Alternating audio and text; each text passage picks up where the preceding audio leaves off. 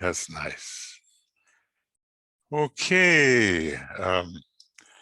Good evening, everyone, here from the Temple of Silence in Finland. And we've had, some variations in our program. And at least for a while, until I recover from a little of this and that, I'm going to be doing the evening programs. And if you don't get to hear them because it's like the dead of night, then please go to Makara or Harold and Joe. We'll be putting them up on our YouTube channel, so you can study there. It's, I know that the new schedule maybe is going to throw us off a little bit, but Michael and Joe are here to back up everything and make sure that I keep my ducks in a row. And I want to welcome to Anne and Anna and Annette. Annette is, gosh, she must be in New Zealand, so that's, I don't know what hour that is. And Georgina, hi, and Johi in Korea, and Martine, Nesa, and it says Retterdink here as a guest, so welcome to you. And Yvonne Weniger and Zenaidi. Well, maybe more will come along, but I do want to welcome you to, it's been a while since we've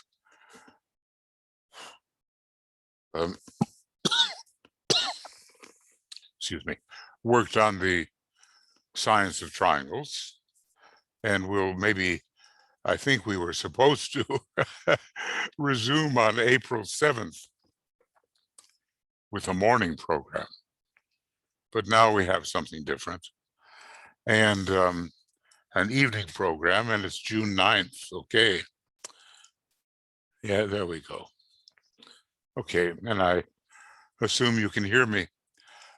Basically, what I'm doing is I'm very grateful to Starling David Hunter. He's such a profound student of the triangles, and he's compiled a lot of these references, but we will also go to the part of the book which is mostly esoteric astrology, where the references are listed, and maybe learn a little bit more. Let's see, what was our last, so we can maybe remember a little bit.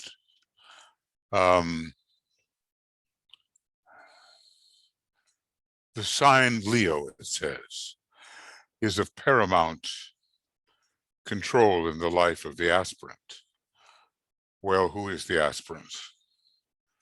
The true aspirant, all true aspirants, says Master DK, have taken the first initiation. These are very relative terms. So at the same time, one can be an aspirant, a disciple, and an initiate. It's just a question of orientation toward what point of tension.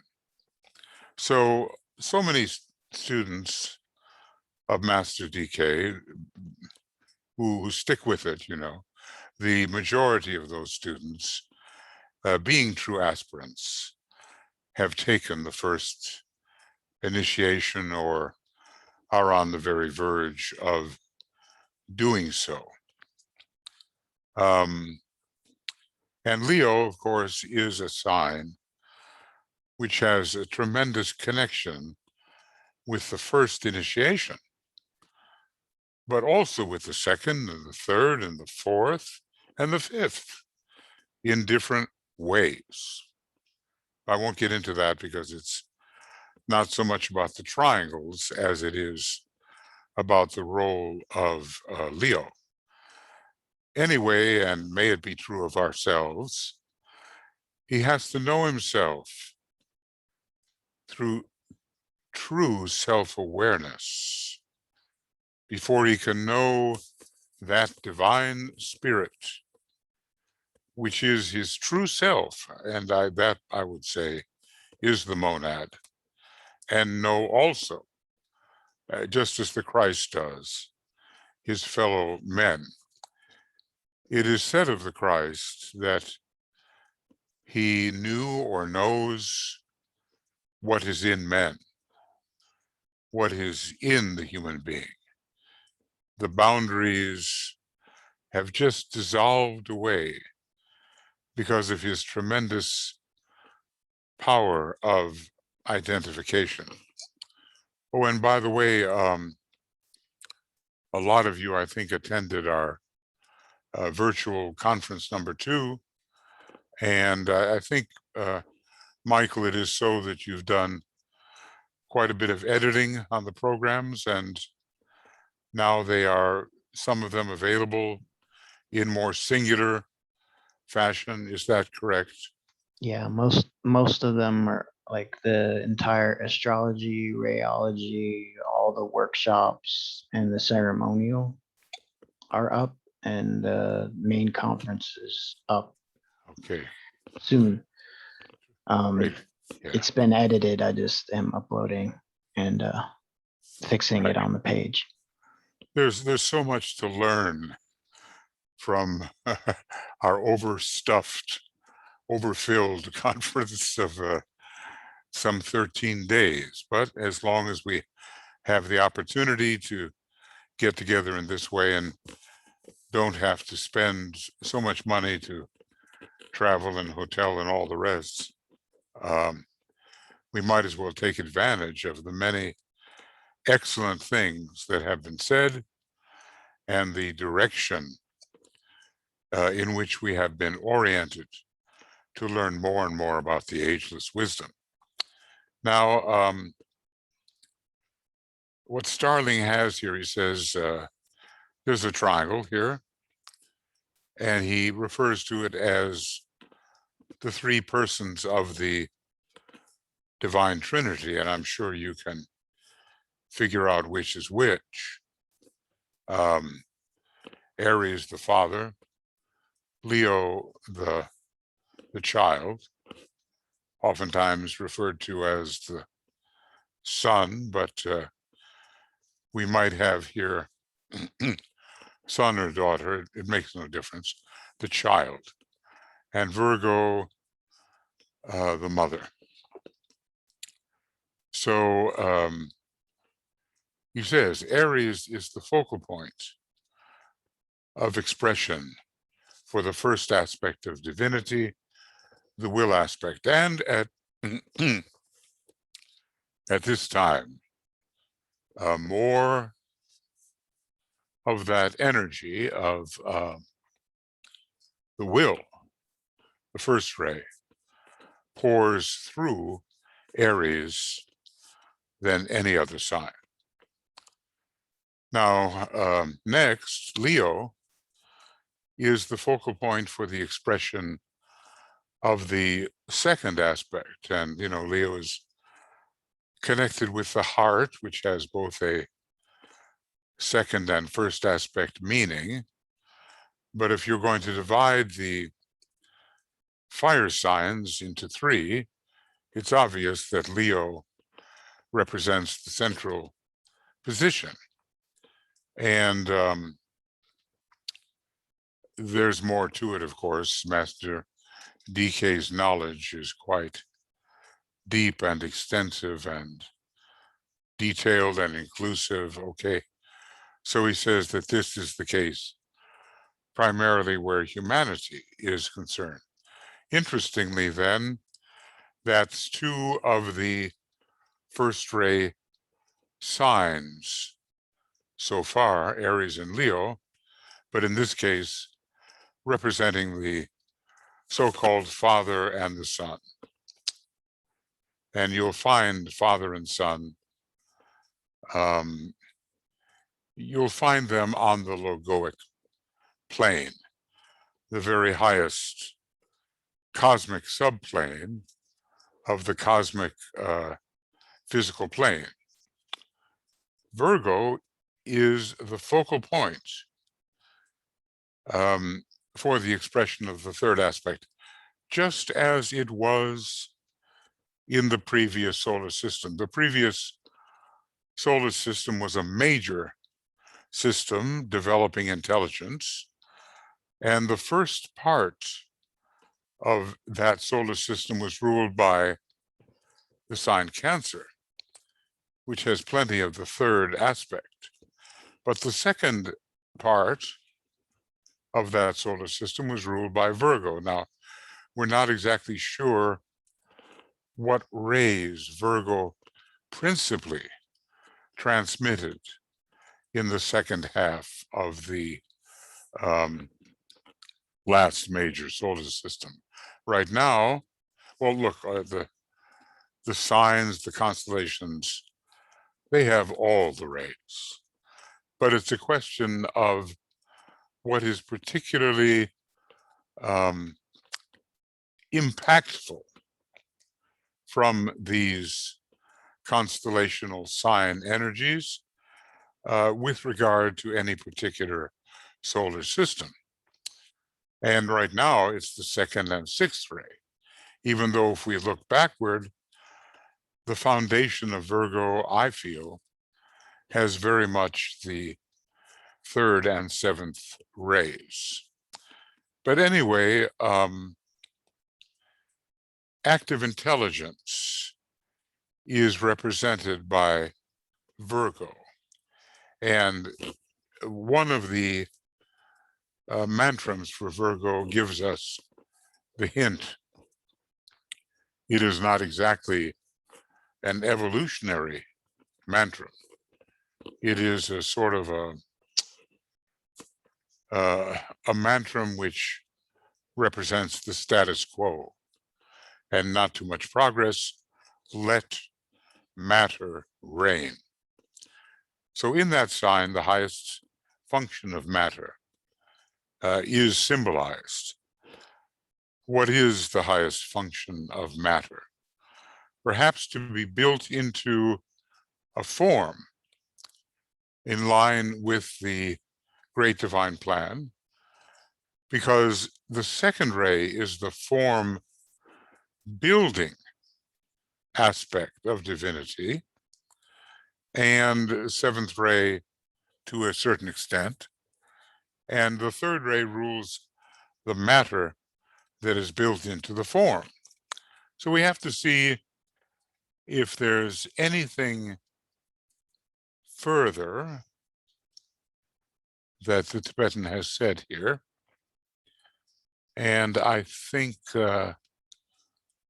not. Although, you don't have to only look in that chapter about the triangles to discover many references to triangles. And you and I, we have to begin thinking in terms of triangles, the kinds of triangles that are being activated in our life at this time.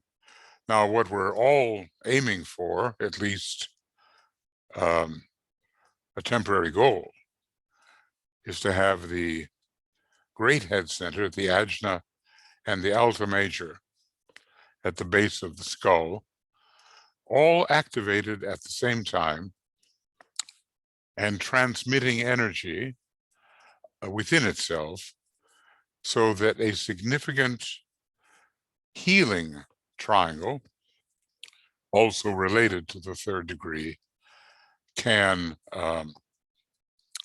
occur. Now, we may wonder, why isn't Sagittarius here? Sagittarius would be the third fire sign, and indeed it is, compared to the other two, associated with matter. But we will be bringing up that triangle of Aries, Leo, and Sagittarius. Now, we're looking at things in the abstract and in general. But if within your astrological chart, you find these indicators in various places, they are really to be noted. Now, I would say that in terms of this particular triangle, those of us who are keen and avid students of Master Decay will be working in the Leo area, particularly. It's not yet the monadic area. I mean, we may have that in our chart. We may have Aries in our chart. We may have Virgo in our chart. But particularly, our focus is upon establishing the love, wisdom aspect. So all of these triangles, you know, are called triangles in rotation. And at different phases of human life, one or other of the vertices of the triangle is in the superior position, regardless of whether other aspects of the triangle are present or not. So, you know, in my own case, I can say, look, I've got a lot of Aries, but that doesn't mean that somehow I have fulfilled the love wisdom curriculum, which at my point would be the thing to do, because it's the right relation to the soul, to the angel of the presence, to the master, to the extension of the monad on the higher mental plane. That's what I have to come in touch with, whether or not there is Aries. It's a bit like people, you know, when they have Scorpio rising, because they know that Scorpio is a fourth ray sign, and that the rising sign points to the soul, they mistakenly say, oh, I have a fourth ray soul. That would be a gross oversimplification. And what I would advise, you know, as we go along, just keep a parallel Word document, and you can toggle between it and the other things you want to look at, and write down any particular note or subject which you would like to take up. Because in all of this welter of detailed information, by the time we get to the point where we say, well, has anybody got any questions or thoughts? So much water has passed over the dam or under the bridge that we just don't remember unless we take notes as we go along. I'm always surprised when I read and reread Master Decay that something I read before appears in a new light. And rather than just gloss over it and forget it, it becomes implanted in my consciousness. And that is some of what we want to achieve, that implantation. Now, we're not going to, I mean, I've just been working with Master DK's writings, and I'm working in the Discipleship in the New Age Volume II. By the way, 12 programs there are now done, and you can access them on Makara, I said, or on our YouTube channel. I'm just amazed at the structure that Master DK has given in his presentations of how an aspirant, a disciple, even an initiate must proceed. I guess there's good reason for the hierarchy to be called the Society of Organized and Illumined Minds. Master DK's mental organization is superb. And of course, he doesn't expect the same of us, nor does he expect that we can range over the entirety of his teaching and somehow be accountable for everything that he has said. But for some things, we can be accountable. Okay, now, here Starling has put things down in a very condensed manner. And now we have Aries, Leo, Sagittarius. And it's related to the gradual purification of the entire nature and the fires of God. Yeah, on 2 pages, 288 and 293. And basically, it's pretty obvious to all of us that Aries carries the cosmic note, Leo the solar note, and Sagittarius, even from the way Sagittarians tend to regard our planet, tends to carry the note of the planetary scheme. So if we were to go to, just trying to get this correct, is it 288 in this wonderful book? Yes, it is. Oh my God, there's the 288, but it's coming up. It's coming up a little differently. Sometimes you get a secret doctrine reference, So there are 2 references. Okay. So first then,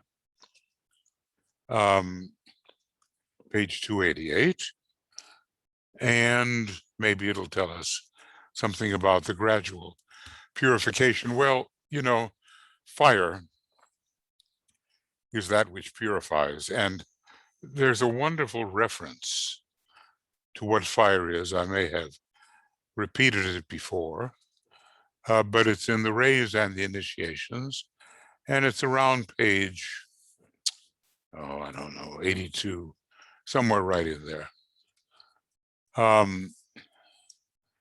And if I go a little higher, rays and initiations, and fire. There it is. Since I underlined it, or did what I could do with it, and I'll show it to you. What it says, and it's a good place to remember. It's the end of page 82. So fire is the sum total of that which destroys form. It's opposite the second ray in a certain manner, especially the more shambolic aspect of fire. It's the sum total of that which destroys form, produces complete purity in that which is not itself, and generates the warmth which lies behind all growth and is vitality itself. There's kind of a 1, 2, 3 given there. The first aspect of fire definitely destroys form.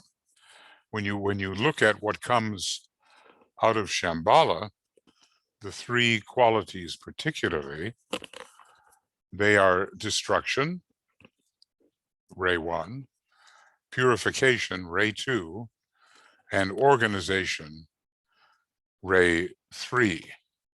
And this last little bit is about holding the form together. It's behind all growth, and it's behind integration. And fire is vitality itself. So a really good one to ponder on page 82 regarding fire. You know, someday, as you probably know, and somewhere, all of the AAB extracts that I've made, and there are just thousands, can be found available for us. And it's good sometime to go through those little references. Some of them are little anyway, because it really reminds you about how to study topically, which DK advises. It's kind of a vertical method of studying rather than something that is more horizontal. Really, both are needed and they give a different point of view. But I'm often amazed when I take just a little opportunity to go through the AAB extracts, which I think BL has put up somewhere on Makara.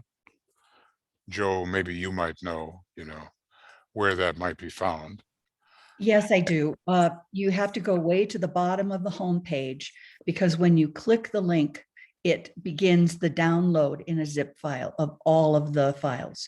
So it's quite large. It'll come in a zip file, but it's on the main page of Makara right at the bottom. Fantastic. Well, I think you'll benefit from that, folks. It's taken me years and years to compile those points of view from the Tibetan.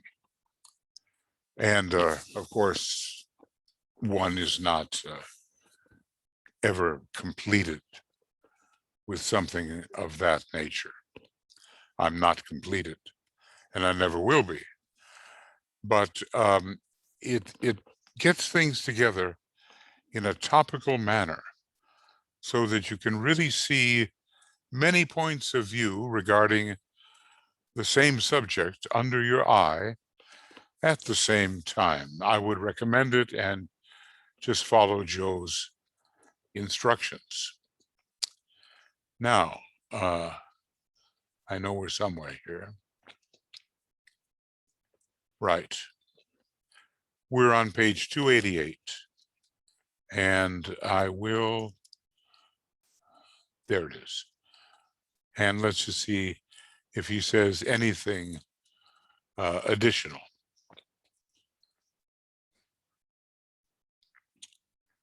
So, well, he begins with Pisces, a little bit, the 3 water signs, which used to be the triangle that would be particularly important in taking the second initiation. But times have changed, and now a more fiery experience is offered to the disciple, and a strong sense of Dharma and the impulsion to go forth and to carry the good news. I mean, it sounds like an old way of looking at things, Go tell people the good news that Christ has come and you're saved if you believe in him and so forth. But in a much more sophisticated and esoteric manner, there is good news. And so many people stuck in their glamours and in their crustified, rigidified illusions need to hear this good news about the ageless wisdom. You have to love the ageless wisdom. You have to believe in it because you've proven it for yourself. And then more and more people will be able to receive it from you. And when HPB said that occultism, well, I'm not going to make the exact quote, but occultism must win the day by the end of the 21st century, which is our century now. That is a tall order, which means it must be much more widely accepted. And that probably means that humanity has to get into plenty of trouble, which is already indicated, before it realizes that there are those, or will be those, in the 5 major planetary centers who are so trustworthy and so benevolent and so practical and so intelligent and so loving that they, and sacrificial, that they have the answer to these problems. And then more and more people will examine what is the ageless wisdom. So, so Pisces, it's all about the waters of purification. And the fish, it's applied to the fish swimming in the waters of matter. That's all of us who are emanations. As emanations, we swim in the waters of matter. So this is upon the mutable cross and ordinary material existence and experience, with which I would say we are, well, completely dissatisfied, having reached our point of experience. We no longer want the ordinary, which leads only very gradually to a more spiritual state. We want the path of initiation, which every true disciple and aspirant is preparing for. Thus, the influence of the 3 crosses is brought to bear upon the incarnated Son of God, upon the ordinary wheel of ordinary life, and in the usual order. Well, there's much about the signs which applies to the ordinary man, but we're looking for life upon a higher turn of the spiral. Upon the wheel reversed, which is a reversal of energy currents within your body, that's really what it means. Fire takes the place of water and burns away all dross. Purification of the entire nature is thus achieved gradually, and man becomes sensitive to the influences which can be brought to bear upon him when the fiery triplicity plays its part, and the influence of Aries, Leo, Sagittarius, which is very much like spirit, soul, and body, begins to reorient him towards universality, self-consciousness, and one-pointed attitudes. It's pretty obvious here again, which is which. Obviously, universality is Aries. Self-consciousness is Leo. And one-pointed attitudes, so necessary for the true disciple, is in the realm of Sagittarius. Now, of course, all of these signs have their liabilities, and they can be used in not especially spiritually productive way on the ordinary wheel, turning from turning in a clockwise manner. As we go on with our study, the significance of this statement will increasingly appear.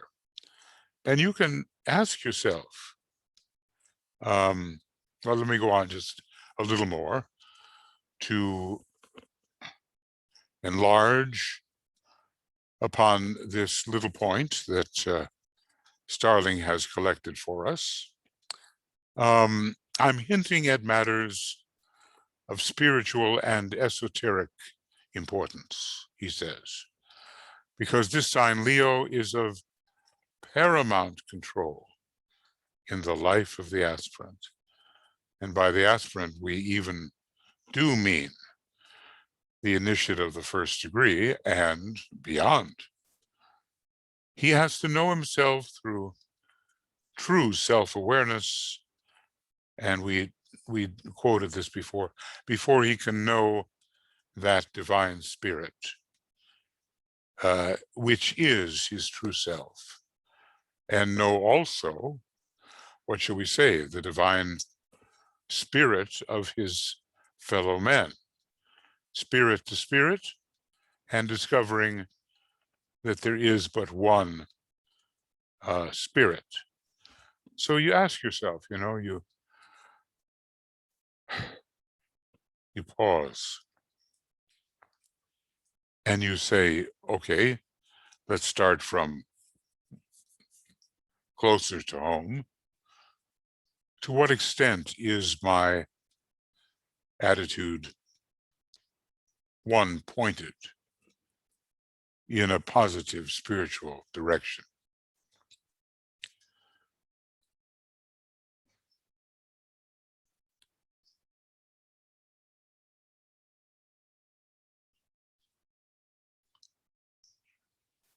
You will know. It will, depend on whether you just stick with the path. And should you find yourself wandering from off the path, then you get back on it right away. To what extent is my incarnation oriented towards self-consciousness?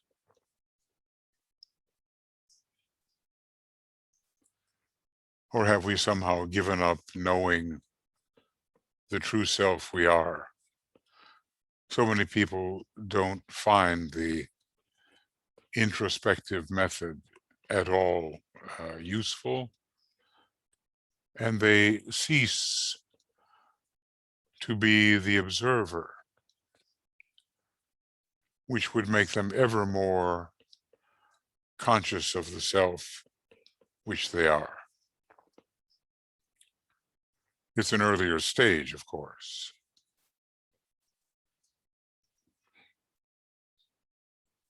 And to what extent is my attitude universal? Now, what does universal mean? We can only go so far, and even though the Tibetan has given us marvelous maps, he hasn't given us a map of the entire universe and all the cosmic and super cosmic and super and on. No, we've gone about as far as we can go when we're talking about the supercosmic logos, or the one about whom naught may be said. And with regard to universality, universal consciousnesses can justifiably be called the consciousness of our solar system. Well, surely we are not there yet, and neither are the masters. So we have much to do, but do we have that universal orientation?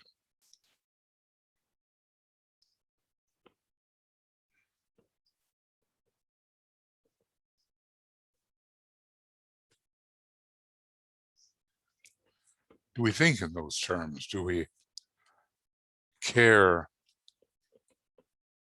about them? That's a question. It's one thing to attempt to be self-conscious, to know the soul, to know the triad, even to know the monad that we are, the monad within. But it's another thing to orient ourselves universally. And each one of these signs provides a certain kind of fire which allows us to come to terms with some aspect of universality, self-consciousness, or the path of discipleship, one pointedly pursued. Here he goes on and talks about the Sphinx and so forth, but that's not our subject. The head of the woman, the body of the lion, it's the Leo-Virgo relationship, having to do in a way with higher mind and lower mind, as we have been taught. There is so much regarding the mysteries which have yet to be conferred upon us. And we stand, people like yourself, myself, we stand at the threshold of these deeper mysteries, not the lesser mysteries, which are just about the personality and that which has been precipitated as personality, but the deeper divine mysteries about that which must be precipitated as part of the divine plan. Can we get any kind of inkling of what the age of Aquarius can mean for us in the however many incarnations we will take during that great age, and learn and learn and apply and apply. Also here on page 293, let's see if we can find that. There's something about the triangle we're looking at.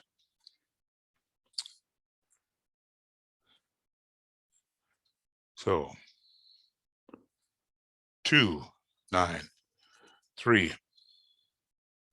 Let's see what we have, if anything.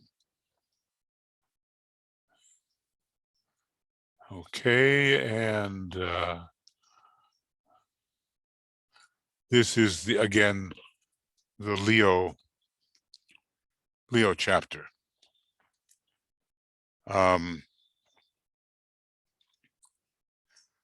Yeah, here it is. The fixed cross is the cross of light. Well, the soul is light, we have been taught.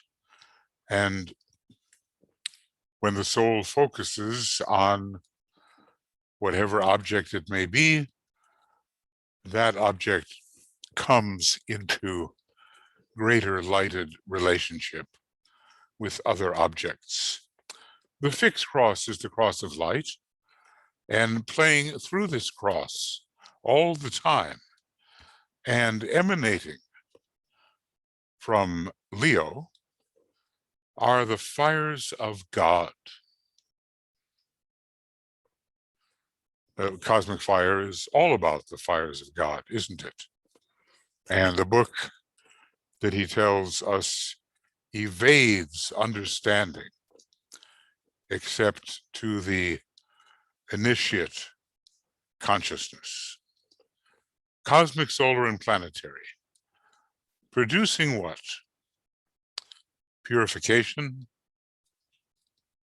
intensification of the light, which of course is intensification of the soul presence in our lives, with us more and more identified as soul, and eventual revelation to the purified man who stands in light. We are we not, friends, standing at the threshold of these possible revelations. And we must never forget that we, just like every other disciple, will have to journey through these processes. Many of us are chelas in the light right now, awaiting that decisive moment when we can become the truly accepted disciple. For various reasons, we can prepare ourselves. And then a whole new regime of usefulness takes over. From Aries comes cosmic fire. So I guess if DK has a book called A Treatise on Cosmic Fire, the impulse of Aries was very strong in the preparation of that book. From Sagittarius comes planetary fire.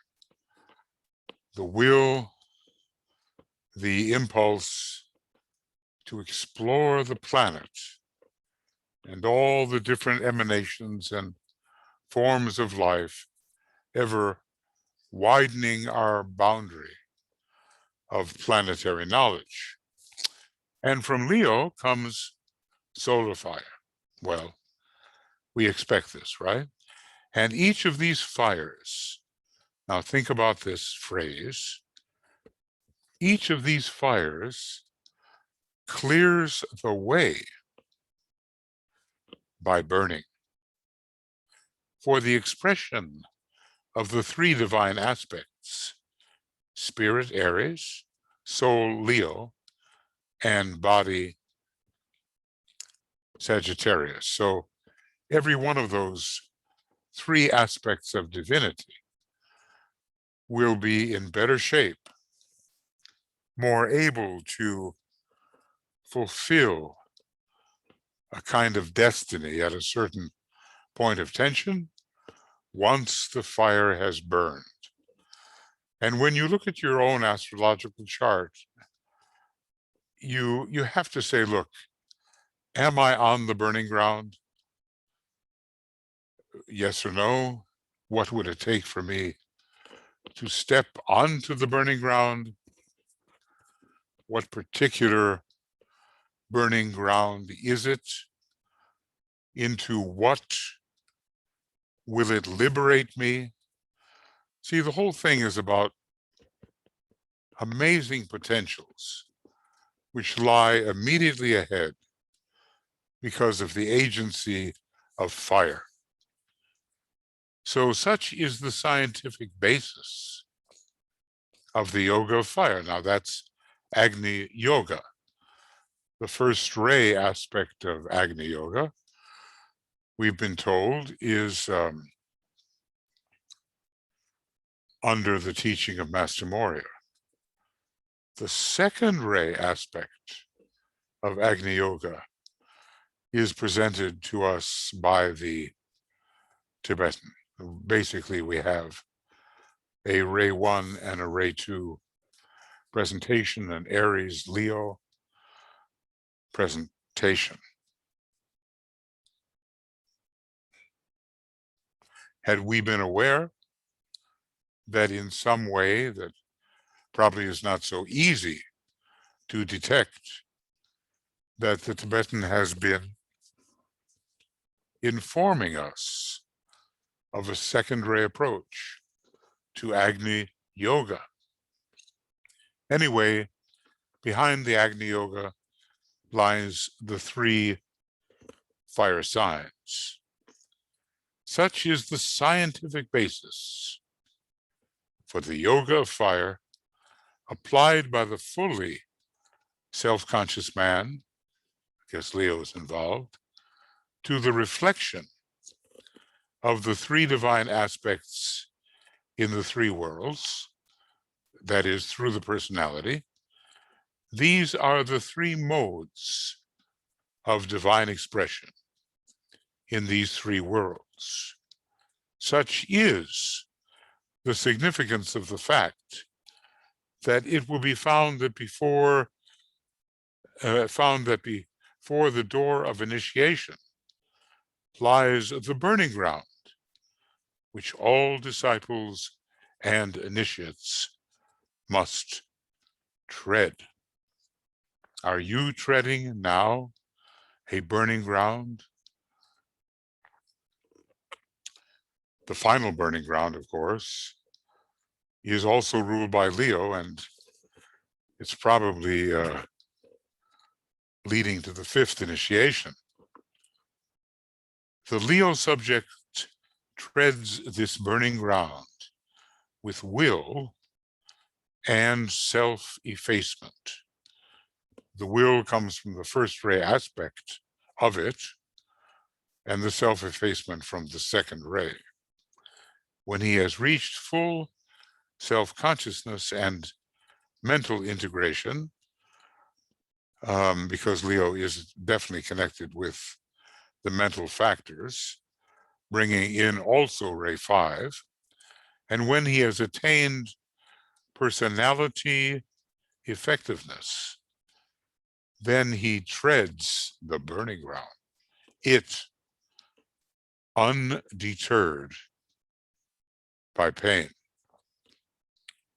Kind of reminds you of some of the last days of Alice Bailey in her previous incarnation, which we have been learning about.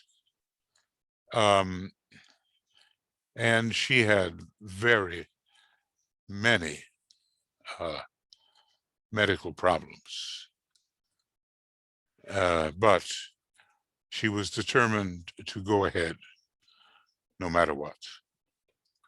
Undeterred by pain, all those blood transfusions, and it had to have been hell. But she was a first ray personality with, from all, I think the best horoscopery, Leo was rising. And the powerful planet Mars was found there as well, and near the ascendant. So she had the intestinal fortitude to go forward undeterred by pain. And if you're interested in what pain can bring of goodness, just go to Esoteric Psychology Volume II, And near the front part of the book, I can't tell you what page it's on right now, but there is this analysis of what pain really means spiritually and how it lands the disciple in a very ideal place if one can go through the pain. Okay, I know I've taken quite a bit of time there on that second factor, and maybe just one more, perhaps. I'm not worried about going fast here, because if we take it slowly and look at all these triangles, the divine pattern, the second ray being the ray of the divine pattern, can begin to settle in to our consciousness, and the pieces will come together. Now, we can't really go into this as fully as may be possible, but we're all aware. Well, what have we seen so far? Aries, Leo, Aquarius, Aries, Leo, Virgo, the three aspects of divinity: Father, Son, Holy Spirit. Aries, Leo, Sagittarius, the three aspects of fire: cosmic, soul, and planetary. And now this triangle, which brings in all first ray signs.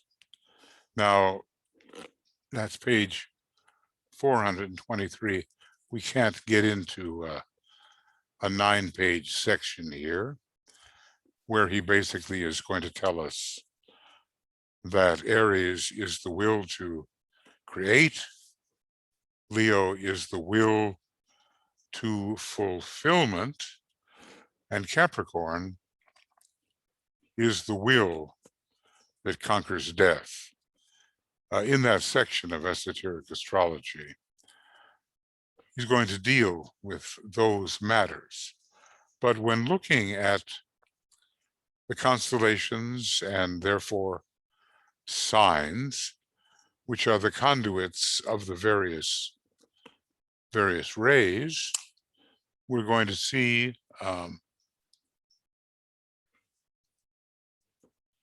something quite familiar to us, I think.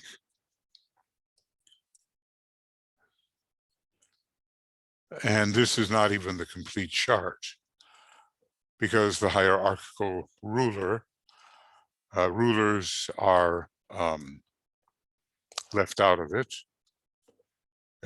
Basically, Uranus for Aries, the sun veiling Uranus for Leo, and Venus, the planet of the soul through Capricorn. Now, we've looked at this particular collection of triangles before.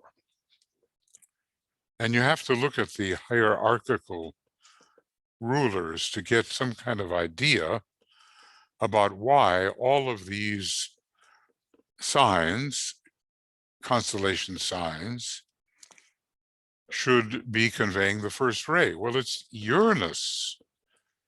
Uranus is the home of electric fire. Uranus, like the Earth, has a first ray monad. And so if Uranus is the hierarchical ruler of Aries and the veiled hierarchical ruler of Leo, then the first ray is definitely there. Now, when it comes to Capricorn, of course, Saturn is a partially first ray planet. Venus is not, and Venus is the hierarchical ruler.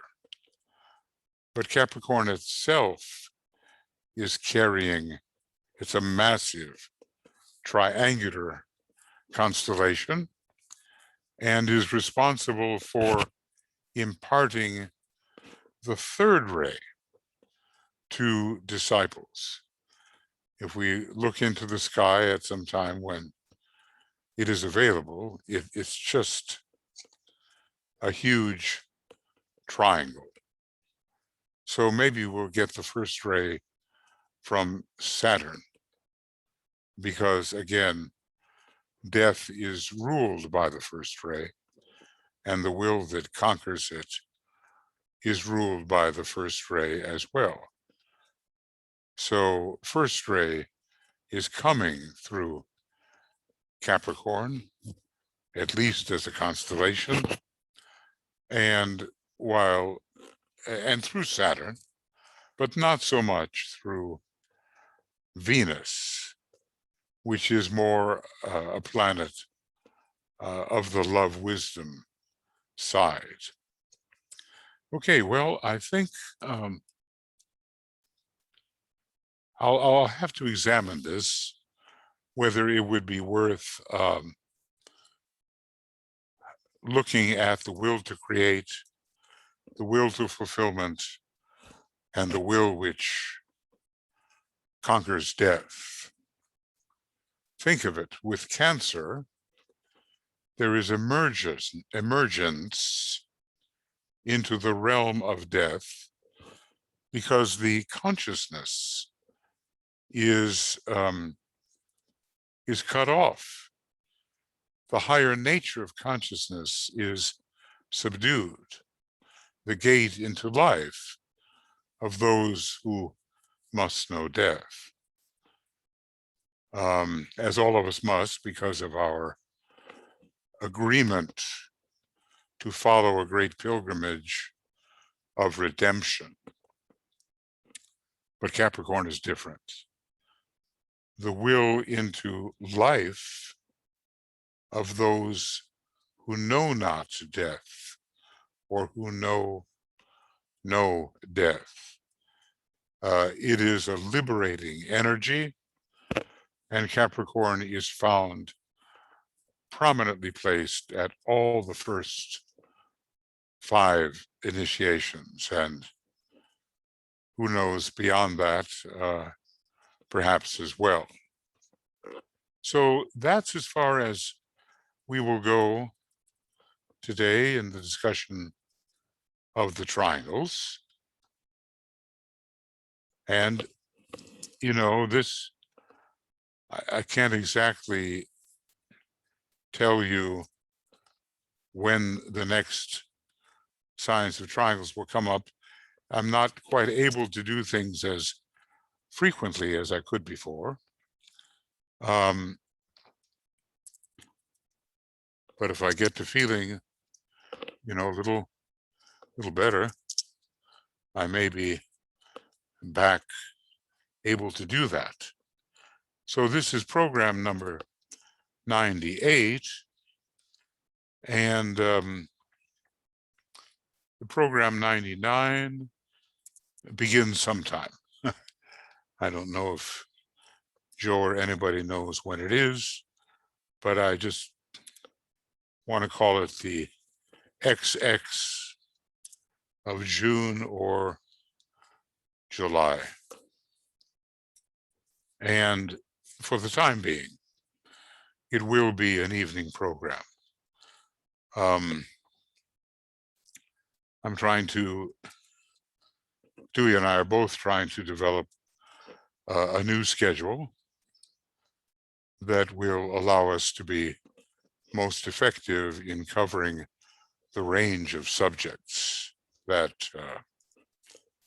we have committed to cover. Now my screen sharing is paused, and here's what I've written.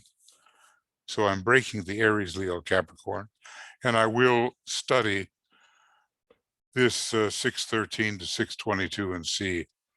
I've already mentioned some of the kinds of will that will be encountered on these pages. The development of will is for us the great project. First, of course, we have to somehow find the ability to center ourselves in the soul. No man cometh to the Father except through me. Okay, that's the Christ and the second aspect speaking. So the way to the Father has to include the energy of the sun, the soul energy. Otherwise, we get some terrible aberrations. I don't know if you ever saw that German propaganda film made in the early 30s. It was called The Triumph of Will. It's just all first rate. And it was Leni, her name was Leni, and I'm not exactly sure, is it Reifenschneider or something like that, a very good filmmaker, and she somehow documented this great ceremonial that the Nazis had used for propaganda purpose. And it was all about will,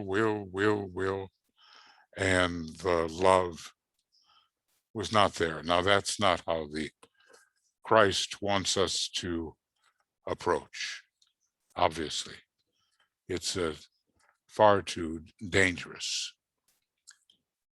And then we'll be going on, and there's quite a bit here that Starling has collected, and we'll look at Aries, Libra, and Aquarius right away. Those who know will see Uranus prominent in every place as the veiled hierarchical ruler of Aries, not veiled, but the hierarchical ruler of Aries, the esoteric ruler of Libra, and the ordinary orthodox ruler of Aquarius, but not only that, veiled by the moon. The hierarchical moon also veils Uranus and Neptune and Vulcan. So what a intricate interflow of energies we have to deal with, and how wonderfully specific the Tibetan can be about these energies. Think of it, a Tibetan master who did have 2 European incarnations, he tells us, and he's able to speak with such illuminative detail about these various astrological and ray energies.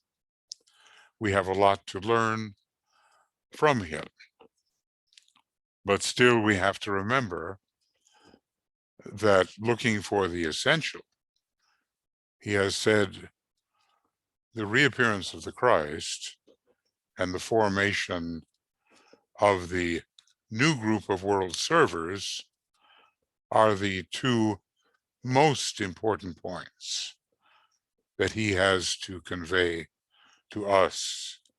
So maybe somehow we'll get the idea as we study along and meditate deeply about what really is the most essential. And we'll keep our eyes on the most essential and progress consequently in our service. Okay, friends, so that's as far as I'm going to go right now. And if you have, I think Joe can help us here. If you have any comments, questions, thoughts related to this little bit of triangle material, or thoughts related to occultism in general, because I always like to open the door to that, just in case there are burning questions or statements to be made, then this would be the time to offer them. Please raise your hand and we'll unmute you. If you raise your hand, you'll be called upon to speak, because that means you want to speak. If you write it down in the chat, then we can handle it that way. There's a question from Yvonne. Where was the information about Alice Bailey that you shared? Well, you know, our colleague Rose Bates has been doing a lot of research on the Bailey family and Alice's, well, last days, you might say. And strangely, this was, by the way, you'll see a lot of this in the conference, because Rose tends to speak about these matters at this time. And she met Alice Bailey's, was it grandson, who was, of course, at this time an old man. I think his name was Gordon. And he was responsible for sharing with Rose pictures, photographs, and some general lore about how she operated, and especially there towards the end of that incarnation. So that's not much written down in the Tibetan's books. He talks about Alice Bailey fading, and withdrawing and all of that, and how Foster Bailey is supposed to take her place. That he talks about, but he doesn't get into the family. And Rose has been provided with the material, which allowed her to make some presentations at conferences which show Alice Bailey at work, even at work when she was really low, because she has been somehow, with that first raise, she's been putting down the possibility of no longer working for the Tibetans. She just followed on through until she absolutely could no longer. And then somewhere, I cannot tell you where, but she went into the hospital for a minor operation of an unspecified nature, but it didn't, sound serious, but nevertheless, her term of service was over. And was it Foster Bailey who said that when Alice passed on, her master Kutumi came for her? Now, Alice Bailey had already been very familiar with Kutumi's inner ashram, because, she worked closely with him. And as I understand it, at least now, she's still working very closely with Master Kutumi. But, and there's this story about what she learned, she was in the ashram at night, and Master Kutumi, from the inside of his chamber, continued to play the organ. He's a musician, and the music and so forth, he continued to play. And Alice was getting restless, waiting outside. Why is this going on when I've been summoned to the ashram? Why is he making me wait? And what's this all about? And she finally realized that if even a master, it was a lesson, if even a master of the wisdom could take time out to regenerate and refresh through music, then she, who was such a driven person, could learn from that experience and could conduct herself a little differently. One of the letters of Alice Bailey's keynote name was R, DRS, rest. Rest was the name of that letter.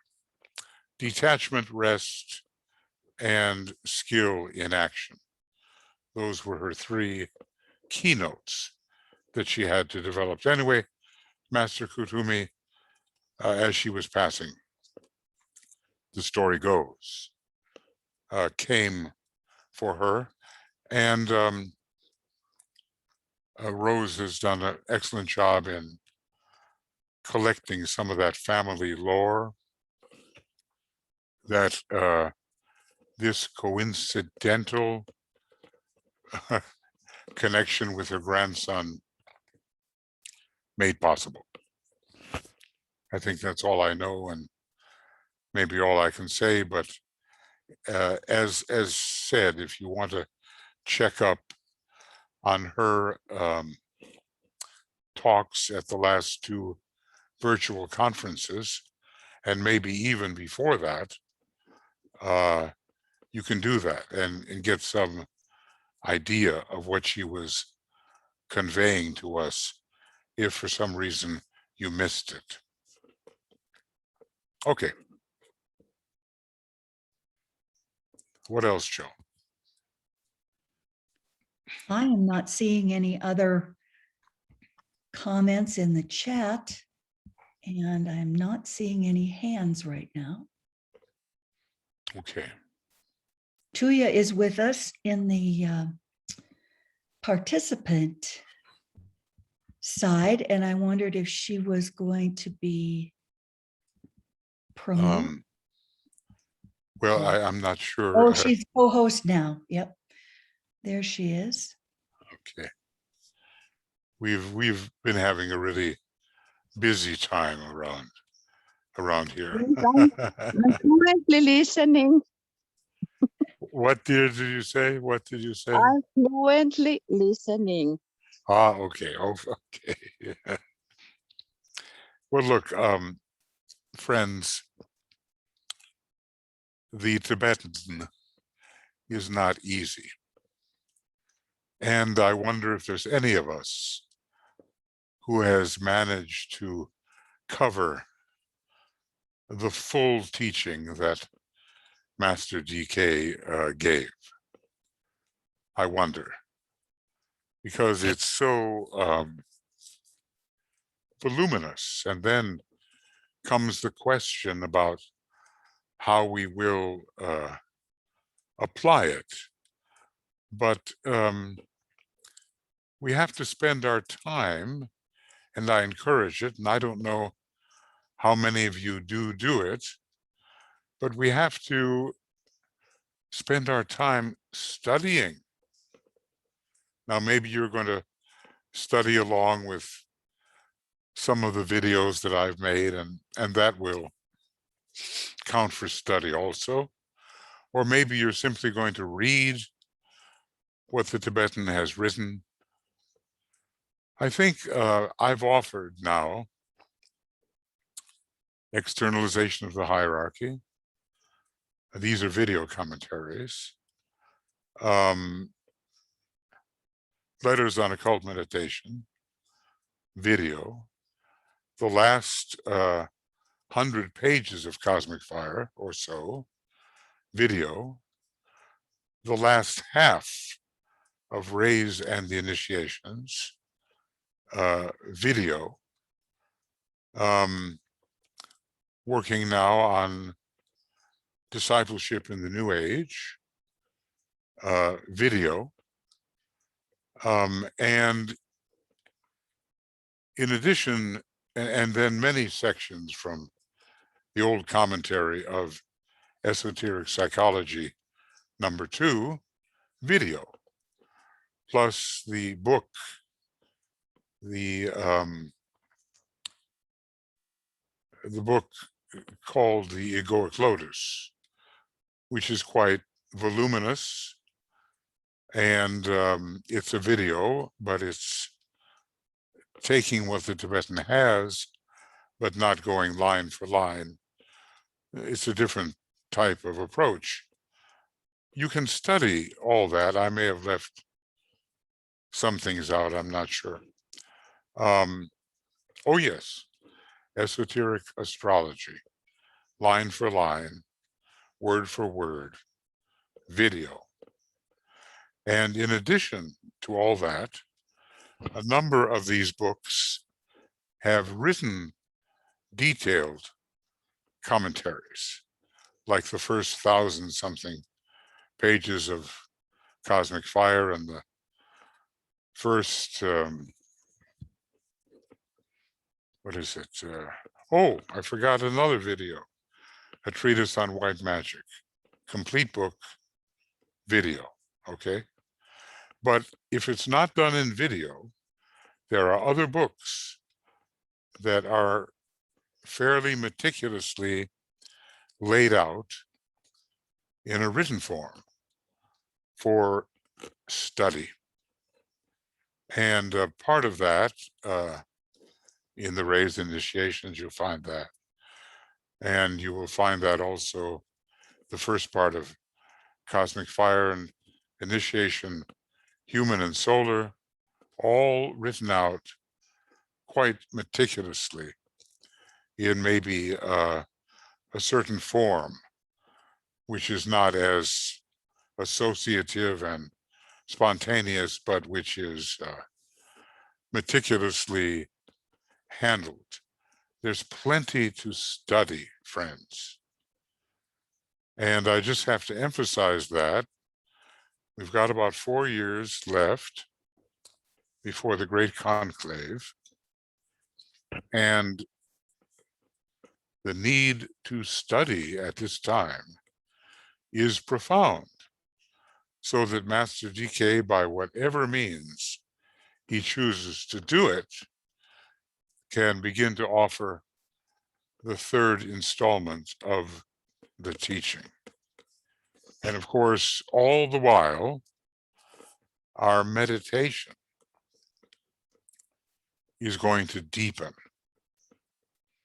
So in a way, the new schools are schools of meditation, and meditation, in a way, comes first.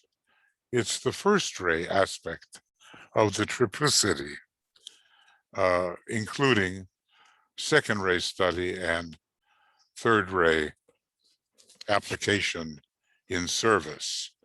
You know, the law of service, the law of the soul,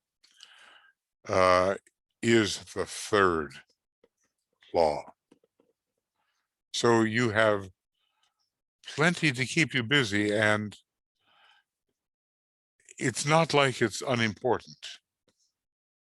It is important if you want to be preparing yourself for the new esoteric schools.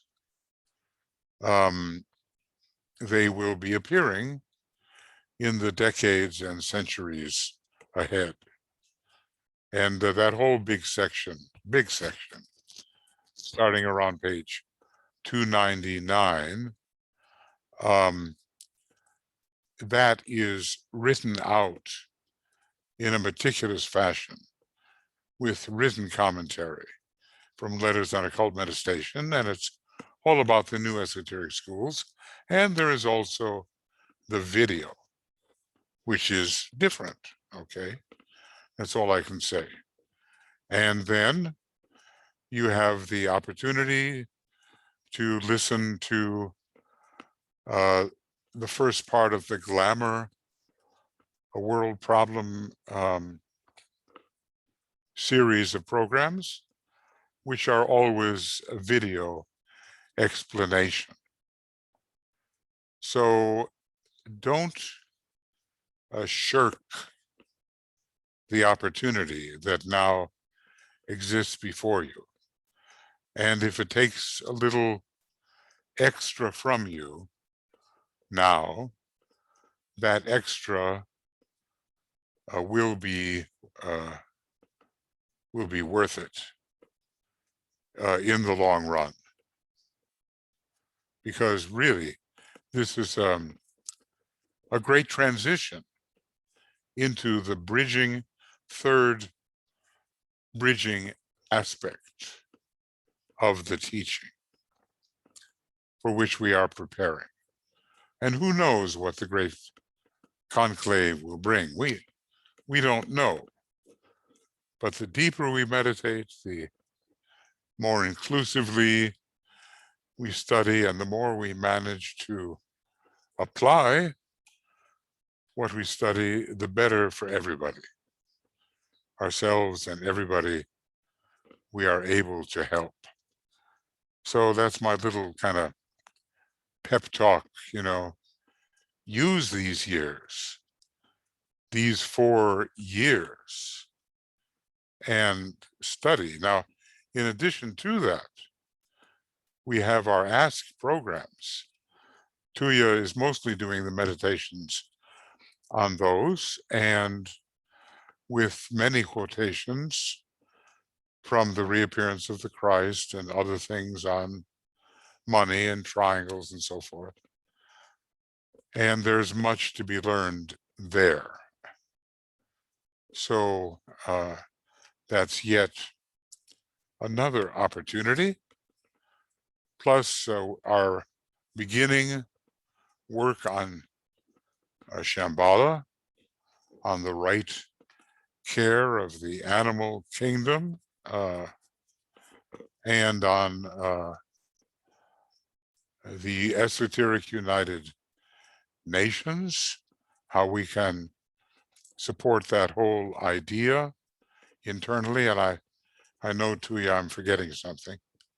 There are a couple of other programs which you have originated and which we land on now and then and learn quite a bit.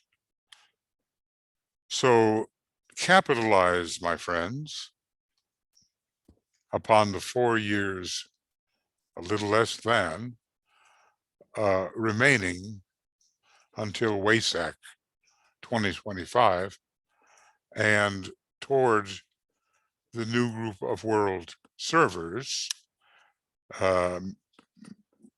festival in 2026. Capitalize upon the end of this period of the forerunner, in which you have the privilege of participating. Okay, anything, Joe, that has appeared or not appeared? Just a thank you from Tia. And I have a question for you, take you back to when you were talking about the scientific bases of Agni Yoga with the first ray under Master Moria and the second ray under Master DK. Do you have a thought about a third ray approach that may be forthcoming? I really haven't, I haven't dwelt upon it, but I would say that the application of fire to specific projects in a manner serviceable. I mean, look, how do we apply Raja Yoga?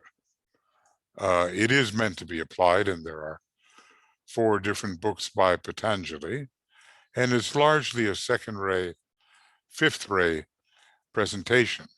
But it might be that the whole magical process takes on a new and fiery presentation, and that people become very skilled in it. Because always, as you are suggesting, we have to look for the 1, 2, and 3, at least at the at the very beginning. Those are the three major aspects. So I don't think I have anything specific about it, but I'm pretty sure that it would work in the realm of targeted service, which Sagittarius is connected with. Now, curiously, Master Moria seems to have in his horoscope both Aries and Leo. Obviously, he's the great monarch. And he also says, and when you think of me, and this is called Moria Remembrance Day, this is March 24th. Think of me on March 24th. We won't know the whole reason for that, but that's solidly into the Aries energy. But the next thing has to do with the fiery sacredization of our planet. And there are so many ways that that might be pursued in a targeted, serviceable manner. I know it's a bit vague. That's probably all I can do. All I can do at the moment. It has seemed so far to be a blend of the first and second rays, but you can never leave the Holy Spirit out of it. And it may be something about intercultural communication and the way the Sagittarian energy is always searching for different approaches which humanity has made to the mysteries, you might say. So it will be fiery and targeted, I think, and wielded with accuracy. That's all I better say, because I'll be wandering off into the realm of pure speculation. Well, something that occurred to me just as you were speaking is the possibility, as you look at these correlations with Master M, the first ray, response, and the Aries Leo, and then the second ray DK with Leo. And I'm wondering when the third ray and the Sagittarius is involved, if it may relate possibly to Master R, and Sagittarius also connecting, in my mind, to this incoming fourth ray. So maybe this also relates to the next, what do we call it, dispensation. And the propagation of it. Yes. Yeah, so propagation. Yeah. Occurred to me, and Sag being associated with fourth, fifth, and sixth rays. So those are just correct. And and there should be quite an attempt to spread this great teaching that Sagittarius can bring. We'll just have to see. We're in the dark with how Master DK will arrange this third installment. We just know, as he says, around the year 2025. We don't know who he will use. Would he use an amanuensis? Would it be Alice Bailey? Would it be someone else altogether? He used a first ray amanuensis in HBB, and she was very historical in a certain sense. The great second ray amanuensis was Alice Bailey, and now will we have a combination of the three and the one as an amanuensis?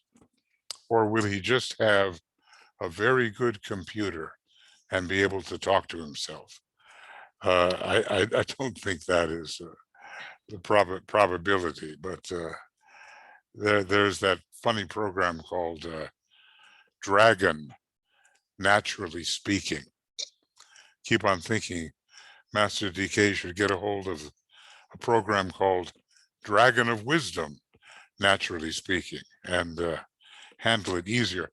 Let's just say that it's going to be faster.